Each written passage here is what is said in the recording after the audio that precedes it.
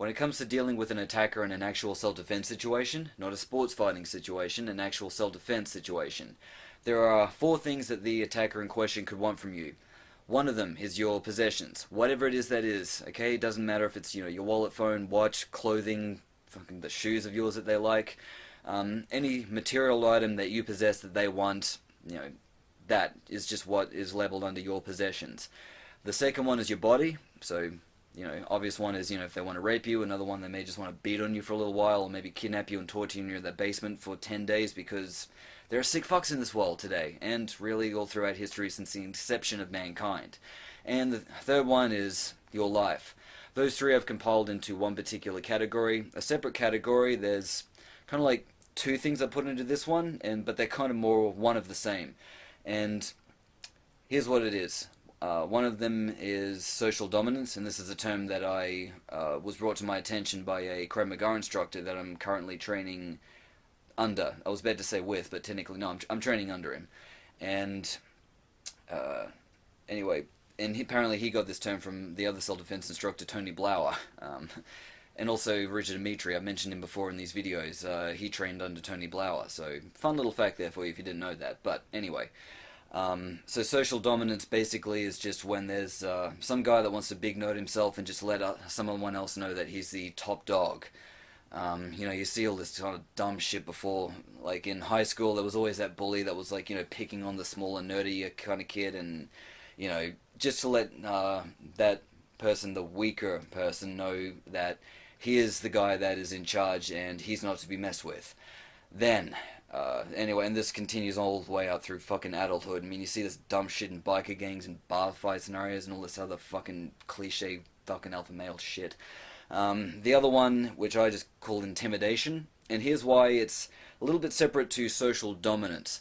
Now, say that there's a romantic couple together, okay? I don't give a shit if they're in a straight relationship, gay, doesn't matter. But these two individuals break up.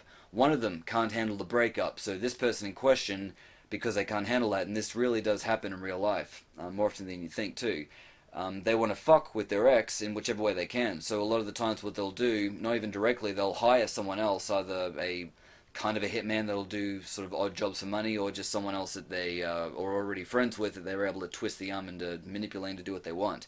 And they'll send someone else basically to just kind of scare their partner, whatever that means by doing that. Maybe they'll just get someone to show up on their ex's property and throw rocks through the window. They may get them to just intercept them, I should say, at a like a car park. Say if their ex knows their routine, like, okay, after work they always go to this particular car park, so in order to freak them out, you show up there in a clown suit or a clown outfit with, a really sharp knife with, realistic looking blood on it, just to freak them out. This is what I mean by intimidation and why I don't call it social dominance. Simply because in the scenarios I just gave, the individual that you'll be directly dealing with, they're not trying to big note themselves to be top dog, they're just following the request from some other fuckwit. Although if a guy did show up in a car park to intercept me in a clown suit and a knife, then yeah, I'd be taking that as a massive threat. And then follow up accordingly. Now, one other point that I want to make. Now, when it came to me just having the additional fourth one, this is why I put them in separate categories, okay? Possessions, body, life over in this one, and then intimidation over in this one here. Now, I always did say that if they only want to intimidate you, then they won't want any of the other three things. But the reason why these three are in this other category is because they may want to rob you and then rape your body and then kill you afterwards, and if you're lucky, hopefully they don't defile your corpse after you're dead. But as far as intimidation goes, if all they want to do is scare you, that's the only thing they're going to do. But social dominance can sometimes fold over to these other ones, but here's what I mean. If there's guys in your face and he's trying to big know himself, and then you don't, if you do anything other than what he's hoping that you'll do, so if you shove him, push back, threaten him, etc., then that's gonna, raise his guard and drop his ego a little bit.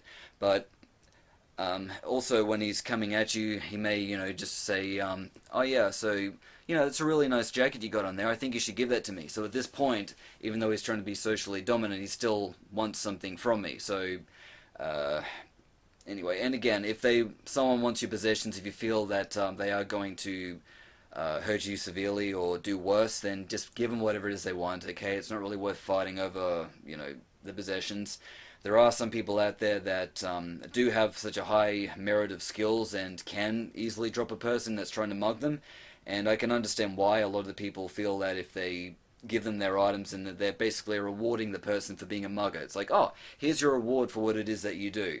But if you do not have these particular kind of skills, then I'm just going to say give them what it is that they want, okay? Even if you do have a high level of skills, but it's not like the people with this high level of skills that have already made up their mind about what they want to do are going to listen to me anyway.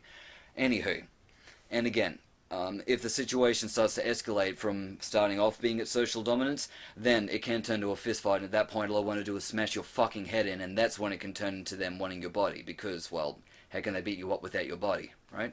And after that, yeah, it can even get to the extent where they want to kill you because you piss them off that much. So, yeah, this is where all that psychological stuff comes into play, and why it is important with these particular self-defense scenarios. Because if someone's in my face, and just wants me to let him know that he is the top dog, and I've been in this situation before, and I've just played into it and given the guy what he wants. I'm like, yep, no worries, you're the guy that's in charge, I'm a nobody, no problem, I'm not here to take your position, it's all good, I'm no threat to you. And then that was it. But if I arced up and shoved him and then he shoved me back, well, then a number of different things could happen, escalating all the way up those, that ladder of three things the attacker could want from you. If I shoved him, though, I don't think he's really going to be wanting to take any of my possessions. I'd say I would just go straight to the next two. So, anywho, that's really all I wanted to say about this particular subject matter, so hopefully I didn't run off on too many tangents, but even if I did, hopefully the information was useful to you, and do what it is that you want with it. Anyway, stay safe, and thank you for watching.